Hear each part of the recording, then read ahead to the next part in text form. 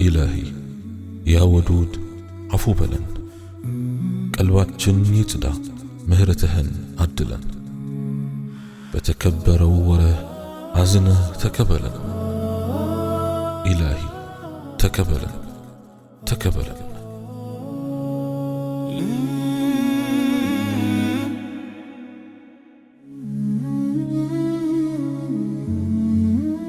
بسم الله اللهم لك الحمد كما ينبغي لجلال وجهك وعظيم سلطانك والصلاة والسلام على حبيبنا رسول الله وعلى آله وصحبه ومواله رب اشرح لي صدري ويسر لي أمري واحلل عقدة من لساني يفقه قولي السلام عليكم ورحمة الله وبركاته عنديت بلهسيت كفقك تاقر تكررت على جبيي على السبب አማኝ ሴት ወደ ጨለምተኝነትና ቀቢጸ ተስፋ ታዘነብላለች የሚል እምነትም የለኝም። በርግጥ የአእምሮ ሰላሟንና መረጋጋቷን የሚረብሽ ሁኔታ ውስጥ ልትወድቅ ትችላለች።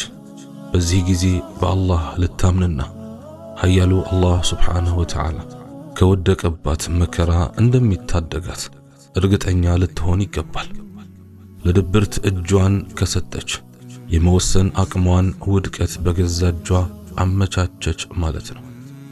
ምግባሮቿ በሙሉ በረዳት የለሽነትና ስንኩልነት ይተካሉ። የአላህ መልእክተኛ አለይሂ ሰላቱ ወሰላም ባልደረቦቻቸው አላህ ችግሮቻቸውን እንዲፈታላቸው ከእርሱ እገዛ እንዲፈልጉ ያስተምሩ ነበር። አቡ ሰዒድ አልኹድሪ ረዲየላሁ ዐንሁ እንዲህ ብለዋል። አንድ ዕለት የአላህ መልእክተኛ ሰለዋቱ ረቢ ወሰላሙሁ ዐለይህ ወደ መስጊድ ሲገቡ አቡ ኡማማ የሚባለውን የመዲና ነዋሪ አዩ።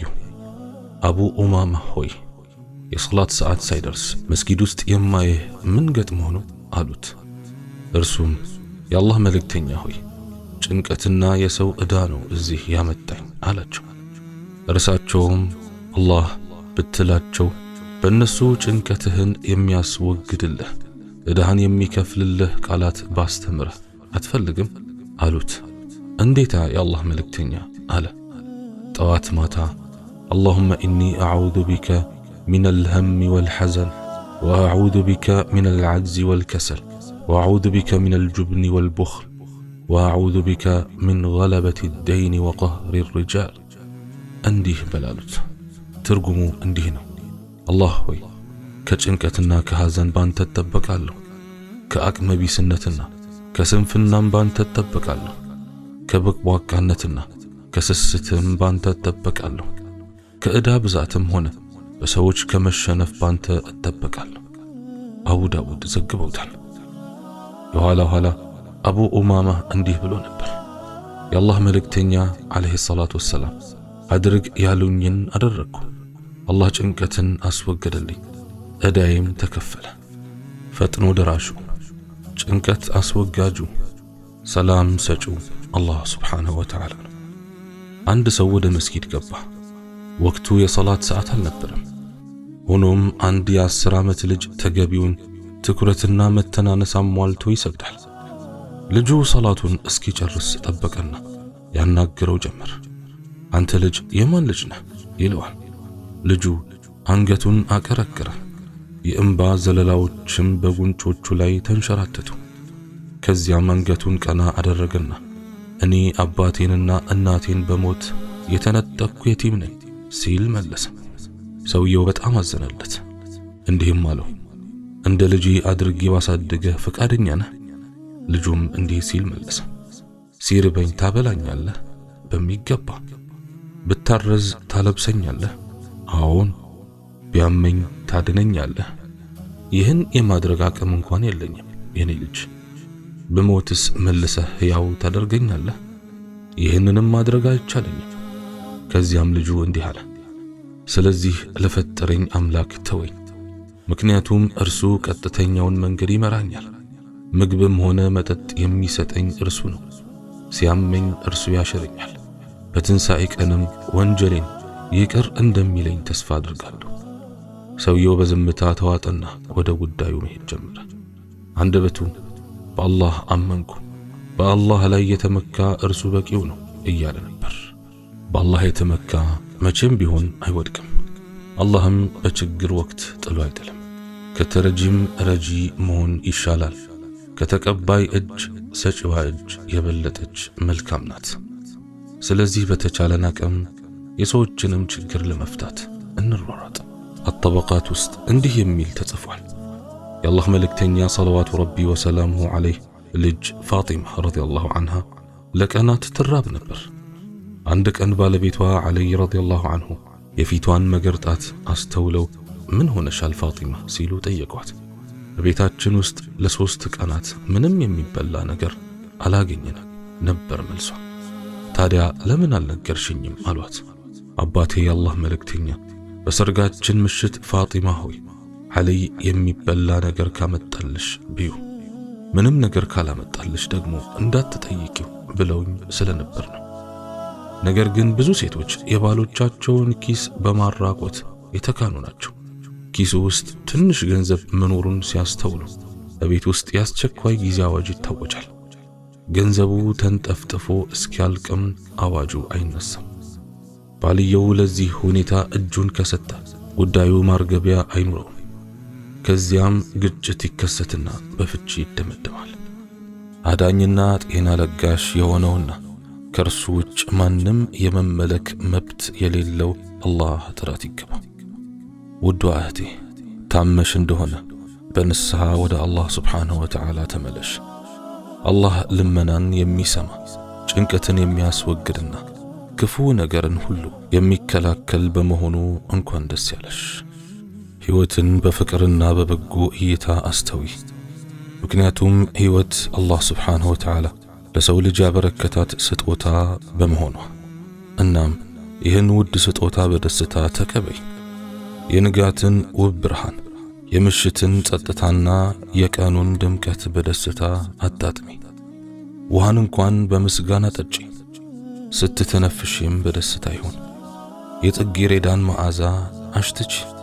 ከዚያም አላህን አወድሺ። የፍጥረተ ዓለሙን ድንቅ ሥራ፣ የመሬትን ብርቅ ስጦታዎች፣ ተስማሚውን አየር እንዲሁም የፀሐይን ሙቀት አስተንትኝና ትምህርት ውሰጂ። እነዚህ ጸጋዎች አላህን ስብሓንሁ ወተዓላ ለመታዘዝ ለማመስገንና ለማወደስ ያነሳሱሽ። ጭንቀትና ስጋት እነዚህን ጸጋዎች ከማየት እንዲጋርዱሽ እድል አትስጫቸው። ምስጋና ቢስ እንዲያደርጉሽም አትፍቀጅላቸው። አላህ እነዚህን ጸጋዎች የሰጠሽ እርሱን ለመታዘዝ እንድትችዩ መሆኑን አትዘንጊ። በአላህ ስብሓንሁ ወተዓላ ላይ እምነት ያለው በመጪው ዓለም መኖር የሚያምን የአምላክ ፍራቻ ያደረበት ሙስሊም የሁሉ ነገር ፈጣሪ ለሆነው አላህ ስብሓንሁ ወተዓላ ሙሉ በሙሉ እጅ ይሰጣል። በሌላ አነጋገር በሚደርስበት ነገር ሁሉ ጭንቀት ውስጥ አይገባም። ምክንያቱም አምላኩ የሁሉ ነገር ፈጣሪና የሙእሚኖች ወዳጅ ጠባቂ እንደሆነ ያውቃልና። ሙእሚን ያልሆኑት ለነገሮች የሚሰጡት ምላሽ ከዚህ እጅጉን የተለየ ነው። ለምሳሌ አንዲት ሙእሚን ሴት እጅግ ስትፈልግ የነበረውን ሥራ ልትቀጠር በፍጥነት እየሄደች ነው።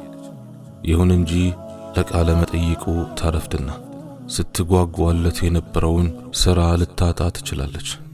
ቢሆንም መዘግየቷ ቀድሞ በአላህ ስብሓንሁ ወተዓላ የተወሰነ መሆኑን ስለምታውቅ ከዚህ ካልጠበቀችው ክስተት ጥሩ ነገር ለማግኘት ትጠቀማለች። አምላኳንም ታመሰግናለች። መጨረሻው ያማረ እንዲሆንላት በጌታዋ ላይ ተስፋ ታደርጋለች። ያረፈደችበት ምክንያት ጎማ በመፈንዳት አሊያም በትራፊክ መጨናነቅ ላይ ማመካኘት ትክክል እንዳልሆነ ታውቃለች። ምክንያቱም የሁሉም መንስኤዎች አለመከሰት በሰዓቷ እንደማያስገኛት ትረዳለችና ነው። እነዚህም ሆኑ ሌሎች ክስተቶች ለማርፈዷ እንደ ምክንያት ይቅረቡ እንጂ ከሁሉም ጀርባ የአላህ ስብሓንሁ ወተዓላ እቅድ እንዳለ ታምናለች። ፍላጎቷ አላህ ስብሓንሁ ወተዓላ ከፈቀደ ብቻ እውን እንደሚሆን ታውቃለች። ከፍ ብለን በጠቀስነው ምሳሌ እህታችን ቃለ መጠይቁን እንዳታደርግ ተወስኖባታል። በመሆኑም እንዴትም ብትሆን ምንም ብታደርግ በሰዓቷ ልትገኝ አትችልም ነበር። ሁሉም እንቅፋቶች የሚባሉ ነገሮች የሚከሰቱት አላህ ስብሓንሁ ወተዓላ ለሙእሚኖች ባለው በጎ ፍላጎት ነው። ሰዎች ይህንን ቢረዱት ኖሮ ፈጣሪያቸውን የቅርብ ወዳጃቸውና ጠባቂያቸው ባደረጉትና ሙሉ በሙሉ ለርሱ እጃቸውን በሰጡ ነበር። አላህ ሱብሓነሁ ወተዓላ በባሮቹ ላይ ሊያይ የማይፈልገው አንዱ ባህሪ በሚገጥሟቸው መልካም ያልሆኑ ገጠመኞች ምክንያት ሐዘን ወይም ጭንቀት ውስጥ መውደቃቸውን ነው። ከቢጸ ተስፋነት የኢአማንያን ባህሪ ወይም ከደካማ እምነት የሚመጣ ነው። ሁሉ ነገር በታቀደለት የዕጣ ፋንታ ጉዞው እንደሚፈስ አለመገንዘብ ነው። አላህ ስብሓነሁ ወተዓላ ከዚህ ባህሪ እንድንጠበቅ ያስገነዝበናል። በዚህ ባህሪም መዋጥ ፍጹም የተከለከለ ወይም ሐራም ነው። ምክንያቱም አላህ ስብሓነሁ ወተዓላ ሰዎች እርሱን እንዲያምኑትና በእርሱ ላይ ተስፋ እንዲያደርጉ የነገሮችን በጎ ገጽታ እንዲመለከቱ ስለሚፈልግ ነው። ሙእሚኖች ሀብታቸው ቢጠፋ፣ ንብረታቸው ቢወድም ወይም ያልጠበቁት አደጋ ቢገጥማቸው እጅግ ታጋሽ ናቸው። ምክንያቱም አላህ ስብሓነሁ ወተዓላ ሁሉን ነገር እንደፈጠረ ያውቃሉና። አላህ ስብሓነሁ ወተዓላ የሚታዩትን ሆነ የማይታዩትን ነገሮች ከጉልት ነፃ አድርጎ የፈጠረ ጌታ ነው። ሁሉን የፈጠረው አላህ ስብሓነሁ ወተዓላ የሰው ልጆችንም ከነ እጣፋንታቸው የፈጠረ ጌታ ነው። እጅግ ራቅ ካለ ቦታ የሚኖረው ሰው የሚገጥመው ቅንጣት ክስተት ከአላህ ስብሓነሁ ወተዓላ ቁጥጥር ውጭ አይደለችም። እርሱ አላህ ስብሓነሁ ወተዓላ ሁሉን ተመልካችና አድማጭ ነው። አላህ ስብሓነሁ ወተዓላ የሁሉ ነገር ተቆጣጣሪ እንደሆነ እያወቁ ጭንቀት ውስጥ መውደቅ ታላቅ ስህተት ነው። ማንኛውንም ነገር የሚሆነው አንዳችን ስለፈለግነው አሊያም ደግሞ ሌሎቻችን ስላልፈለግነው አይደለም። ነገሮችን ሁሉ እንዲከሰቱ የሚያደርገው አላህ ነው። ከኛ የሚፈለገው ከእያንዳንዱ ክስተት ጀርባ ያለውን ጥሩ ነገር ማየት ነው። ምክንያቱም አላህ ስብሓነሁ ወተዓላ ነገሮችን ሁሉ የሚያደርገው ለበጎ ነውና። ከነገሮች ጀርባ ያለውን መልካም ነገር መመልከት የቻሉ የአላህን እንከን የለሽ ሥራ ተረድተው እምነታቸውን ያጸናሉ። በተስፋና በቀቢጸ ተስፋ መካከል የሰለለች መስመር አለች። ተስፋ ምክንያታዊነት ሲሆን ቀቢጸ ተስፋነት ግን ተቃራኒው ነው። አንድ ተማሪ በደንብ ቢያጠናም በፈተና ሊወድቅ ይችላል። በመውደቁ ምሬት ውስጥ ቢገባ በዚህ ሁኔታው የሚያገኘው ጠቃሚ ነገር የለም። ትርፉ አካሉንና መንፈሱን መጉዳት ብቻ ነው። አላህ ስብሓነሁ ወተዓላ ለዚህ ተማሪ ሌላ ነገር ፈልጎለት ይሆናል። ምናልባት በዚያ ዓመት ወደ ኮሌጅ ከሚገባ ይልቅ ቀድሞ ዝግጅት ማድረጉ የተሻለ ይሆናል። ወይም በዚህ ወቅት ኮሌጁ መግባቱ በወደፊት ሕይወቱ ላይ አስከፊ ጥላ እንዲያጠላበት የሚያደርግ ይሆናል። አሊያም በሚቀጥለው ዓመት የተሻለ ኮሌጅ ሊደርሰው ይችላል። በዚህም የወደፊት ሕይወቱ የሰመረ ይሆናል። በአጠቃላይ አላህ ስብሓነሁ ወተዓላ ብዙ ነገሮች ሽቶለት ይሆናል። ሰዎች በሕይወታቸው መጥፎ ናቸው ብለው የሚያስቧቸው ክስተቶች ገጥመዋቸው ይሆናል። የፈለጉትን ሥራ አለማግኘት፣ የሚወዱትን ማጣትና የመሳሰሉት ክስተቶች በሁላችንም ላይ የሚደርሱ ናቸው። ሰዎች በነፍሶቻቸውና በንብረቶቻቸው እንደሚፈተኑ አላህ ስብሓነሁ ወተዓላ ግልጽ አድርጎልናል። ነቢያችንም ሰለዋቱ ረቢ ወሰላሙሁ ዐለይህ በአንድ ንግግራቸው ይህንን አብራርተዋል። አላህ የወሰደው ነገር ሁሉ የርሱ ነው፣ የሚሰጠውም ነገር ሁሉ እንዲሁ የርሱ ነው። ከእርሱ ጋር ያለ ሁሉም ነገር በዚህች ዓለም የተቀመጠለት ጊዜ አለው። ስለሆነም ሰዎች ታጋሽ መሆንና የእርሱን ምንዳ ተስፋ ማድረግ አለባቸው። ቡኻሪ ይዘግበውታል። በመሆኑም በሚገጥማቸው ነገሮች ሁሉ ታጋሽ የሆኑት ጥሩ ነገር ሲያገኙ፣ አመፀኞች ግን አስከፊ ነገር ይጠብቃቸዋል። ተስፈኛ እና ታጋሽ መሆን አስፈላጊነቱን ልንገነዘቡ ይገባል። በዚህ የቁርአን አንቀጽ መሰረት ተስፈኝነት የግድ ነው።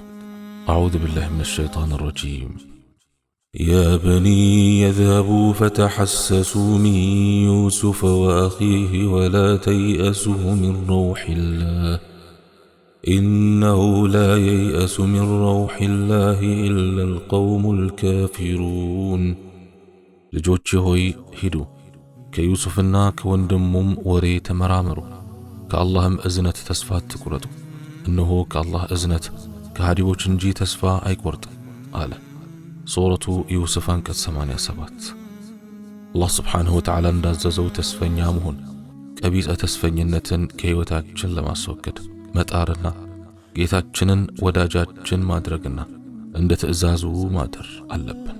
አላህ ስብሓንሁ ወተዓላ ይርዳን። አላህ ስብሓንሁ ወተዓላ እኔ በተናገርኩት እናንተን በሰማችሁት የምንጠቀም ያድርገን። سبحانك اللهم وبحمدك أشهد أن لا إله إلا أنت أستغفرك وأتوب إليك وآخر دعوانا أن الحمد لله رب العالمين والسلام عليكم ورحمة الله وبركاته.